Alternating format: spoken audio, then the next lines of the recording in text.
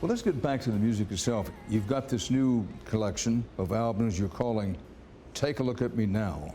Yeah. First of all, what is a remastered collection? Remastered is when you cut the tape, which you record things in the old days on tape, and then you master it, which means you cut it onto a disc, and that gets pressed and then goes to the factory.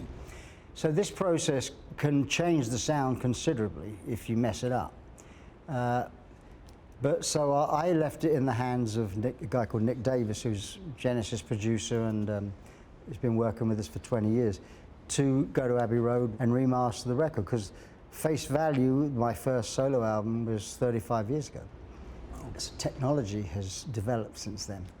But it's basically having something at home that you never polished, and you kind of give it a polish and it suddenly looks like something else, it looks new. So that's what remastering is. And why do it now?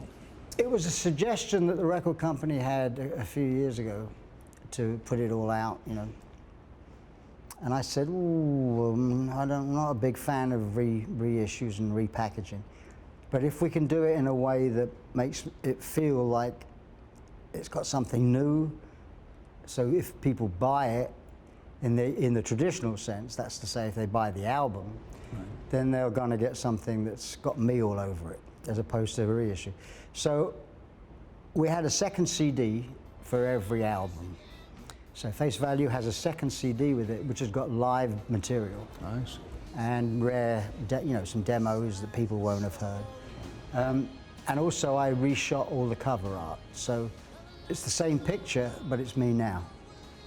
And I thought that would tell people that I'm involved with this, and it's not just a marketing ploy, I think maybe I've been away for a few years, and maybe it's a time to be rediscovered. There's albums. What I've heard from talking to people is that they're discovering, journalists are discovering records they missed because they were covering something else. And I've heard people say, well, I don't know where I was when that came out. I missed it. I listened to it last night because I was meeting you, and it's great. And that's really kind of one of the aims. Well, I want to follow on that. These new remastered albums include demos and B-sides that were never released. And by the way, a B-side, I'll let you define it, because a lot of people listening to this may not understand what a B-side is. Right, exactly, yeah, because people, the way we buy records now is different. We cherry pick what's on the CD off iTunes or wherever, and we take what we know we like. Right. We very rarely get surprised. Whereas when I was, when in my era, we crafted albums which had a side 1 and a side 2, and with singles which were 7-inch versions of the song. You had a song like In the Air Tonight, which was on the A side, and on the B side was a song that wasn't quite good enough to be an A side, but still was good enough and make you buy it. Right.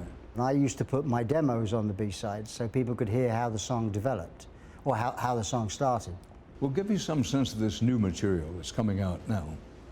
Well, we're re-releasing the albums not in the same order they were released. I think that's good to mix it up. Otherwise you can say, well, I'm going to wait for the later stuff to come out. This is idea, from my point of view, is to surprise people and say, well, as I said, what happened? Where was I when that came out? And because there's an album, Both Sides, which has come out with Face Value, where it's my best album. I feel it's my favorite album, and it sold very well, but a lot of people missed it. And so I'm kind of, I'm happy when people discover it. Also, a lot of artists that are, relatively new artists, like Adele and Pharrell Williams and, Beyonce and other people have listed me as an influence. And I think maybe some of these kids that are fans of theirs would say, well, who's Phil Collins? So they go out and discover me for the first time. It's nice to sort of have the music still alive.